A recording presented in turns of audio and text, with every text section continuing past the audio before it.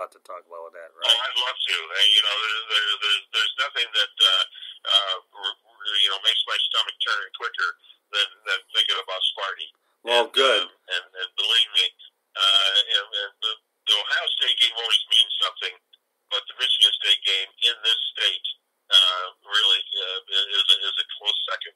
Believe me. Then we'll book it. All right. So be prepared to go, and we'll make sure you'll have an opportunity to get everything you need to say about the in-state rival. But Mike, thanks again for calling in, and we appreciate you being on tonight. And I'm glad you had a chance to express your feelings about your Notre Dame story, because there's certainly something that a lot of people should know. So thanks, Mike. I'll talk to you really soon, and we'll plan the next time on the air. How's that sound? Okay. All right, thanks, guys. Have a great time. I appreciate you guys, and you got a great program. Thank you so much. Thank you, Mike. It's always great having you on. You're a very good friend, and I'm proud to have you as a good friend. So we'll talk real soon, and we'll set up Sparty, okay? Thank you, Mike. Take care. You bet. Bye. Good night. Talk about a lifer.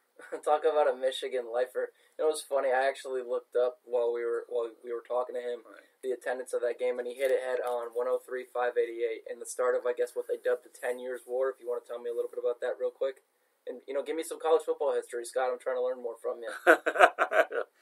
All you got to know is all-time Division I winning program. That's all you really need to know. Yeah, and I guess Ohio State was the #1 ranked team in the nation at that time, AP and the coaches poll. So.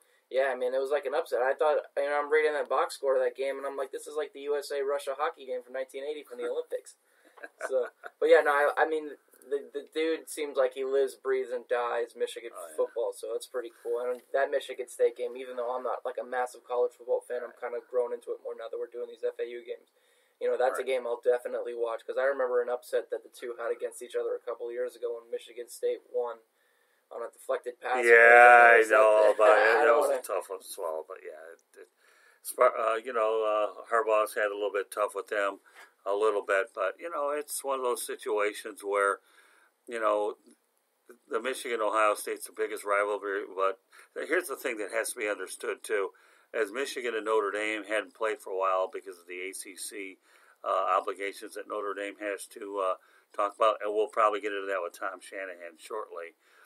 But they'll get the series going in around year 2032 and 33. So I don't know where I'll be, but you're young enough to probably watch it. So yeah, I'm sure. Send me a telegraph from someplace and let me know how that one turns out. Yeah, I'm sure I'll be a lot more invested in college football then. Given I'm sure the growing evidence of it, now. But yeah, and I mean, I love rivalries like that in any sport. You have your Florida State and Florida, and then I guess you got your Ohio State and Michigan, but Michigan State too. But I mean, we could talk 100 other sports, but I just think they're pretty cool, and it's cool to hear, especially from a guy who did also wind up playing in the NFL. So, well, let me tell you, Michael Keller's history is unbelievable. When we have time, I'll go over it. But you just talked to one of the biggest and brightest football minds ever. Let me tell you, you did, and to me, that's really what it's all about, is making sure that when we bring on NFL analysts, we bring them on football analyst. Mm-hmm. No, yeah, I mean, the guy, and what a down-to-earth, kind of super charismatic, too. Very nice. I love the way he told the story. I felt like I was in the late 60s listening to that story, so it's always cool when you can talk to somebody who kind of transports you back to that time. Yeah, well, I mean, again, here's a guy that, to me, was drafted by the Dallas Cowboys. You know about the XFL, right? Mm-hmm. I mean, we'll get into that. League that just restarted. Yeah, well, he was the one that was responsible for the first version of it. That's right. Yeah, and he's been on a lot of committees for a lot of leagues like that outside of his playing career, which we were discussing. I believe we discussed that a couple of weeks ago when we first started doing these shows. I think we had a conversation about that. Well, we're going to have another conversation with a guy by the name of Bill Winters. Bill, welcome back to the Sports Exchange. Glad to have you on. You are with Louis Adiowace and myself. Glad to have you, Bill. Hello, Louis. Hello, Scott. How are you guys doing tonight? Oh, we're doing great. How are you doing, buddy? Tired, but I'm happy. Well, that's good. You ready for to work with me 2 nights, as we always do on this Tuesdays and Thursdays? Yeah, doubleheader, sure. Yeah, of course. Why not? So, before we get to the games, what we're going to do is do things in backwards order. And Bill and I are going to have an opportunity, since he likes to build his brand Bill's going to be our NBA expert because we don't have one. So he's going to talk about the NBA tomorrow on the Motor Mouth and Bill Winters show. What do you think of that, Bill? Oh, I'm loving it. I'm loving it. Why not? You get to talk NBA.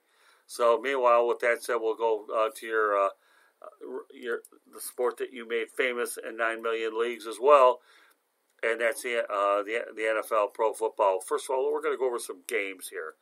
Okay, first we're going to go over the Jacksonville Jaguars and New York Jets. What are your thoughts about what you saw there? Well, Jacksonville got a win. That's the most important thing.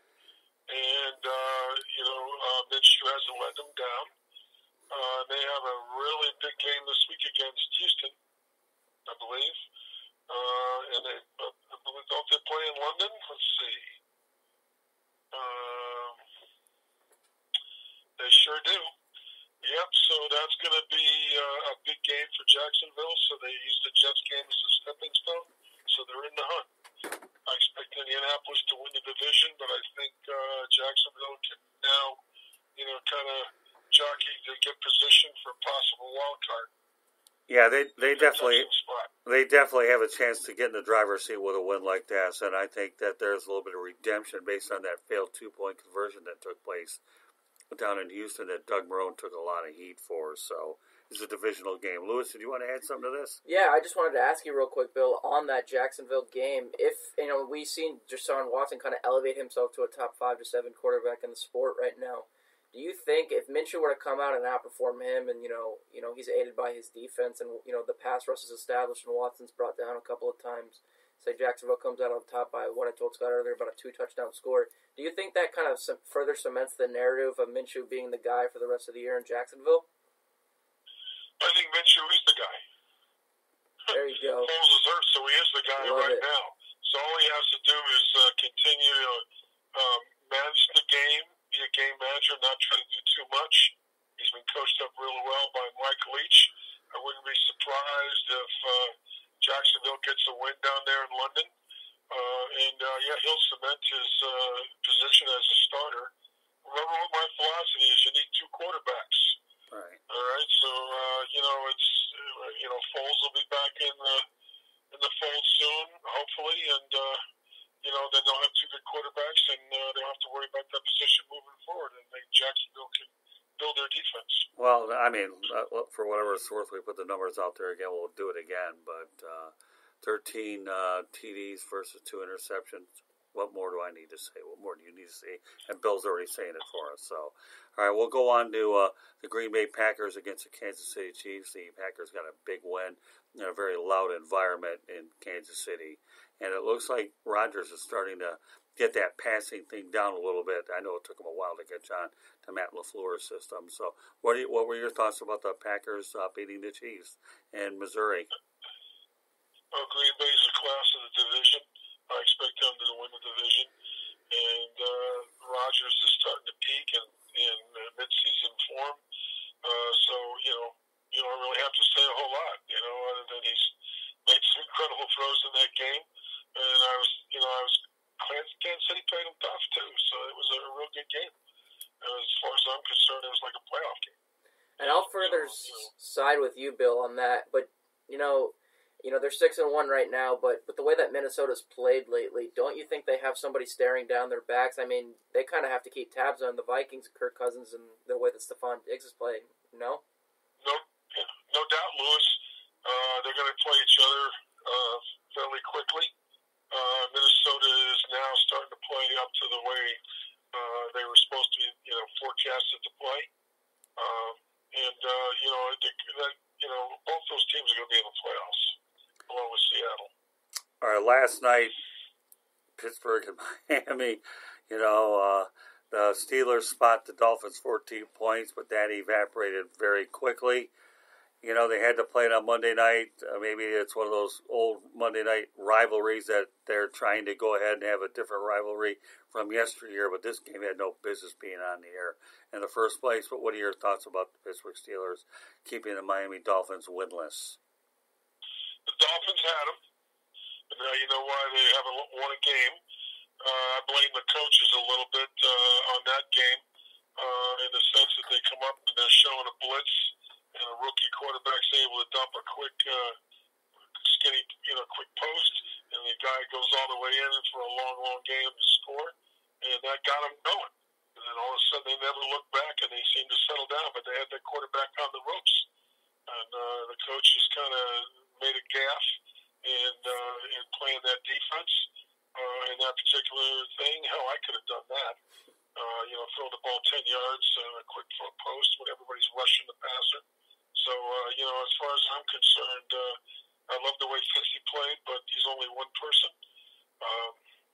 I just think that the Dolphins, they got a lot of work to do. Yeah, without a doubt. All right, New England crushes Cleveland, and your favorite quarterback, Baker Mayfield. Belichick's first coaching stop versus his latest one. So, go ahead. The floor is yours on this one. You win championships with defense, and all the really good teams in the NFL that are leading the division right now have great defenses. And New England has a great defense. And, you can't turn the ball over, particularly when you're on the road. That's a recipe for losing. And that's exactly what the Browns did. No surprise there. And, I don't think Mayfield played that well. The Browns got to shut up and start playing some football because they're dead last in that division. I don't see things changing. I don't either. Other than, let's put it this way, Cincinnati and then them. But I don't see them as a playoff team. Oh, no doubt. And it's only going to get tougher. Yeah, well, I mean... Lewis? So, I believe it was either you or Bill or Mel Farr that mentioned this a while back, where whenever Mayfield seems to have pass rush on him, where he's just, got the ball in his hands, he's always running to the right. And I watched the end of that Patriots game the other day, and I saw him actually stay in the pocket. He stayed up the middle, and he dropped back, and he fired a pretty solid pass down to Beckham downfield. And I'm like, why don't you just do that more? I mean, obviously you're not going to complete every pass you do, and I believe he did miss the prior deep ball that he threw beforehand. But obviously the defenses are going to figure you out, and you watch film, and obviously that's what he's doing. Either you need to switch up your looks and start, do what Rodgers does when you have the pass rush coming to you. Last year, he had no offensive line, right? And still had a good year, 25 touchdowns, 2 interceptions. But when Rodgers noticed pass rush coming, knew he wasn't going to complete a pass, he just threw the ball away. He threw it out of bounds. Mayfield just seems to hold on it too long. And, he drew the sacks that he drew were comical. And I'll say it again, they were comical. Just watching him, seeing the guys coming up the middle for him, he literally stood there like a squirrel in the middle of the road, and he just kind of took it. Well, get rid of the ball. At least put yourself in a better position where on third down you can convert. Whereas you're not looking at a 3rd and 17, and you're gonna throw a little dinky screen for a 5-yard gain to Nick Chubb, and then you gotta, it's a 3 and out again. And that's why they've only won 2 games this year. Well, not only that, you got a coach that's a one and done.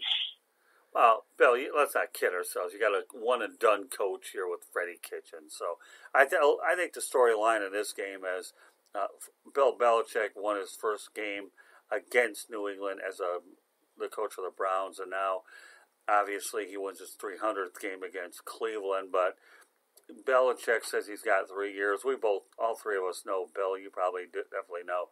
He definitely is intent to break Shula's record, isn't he? Mm-hmm.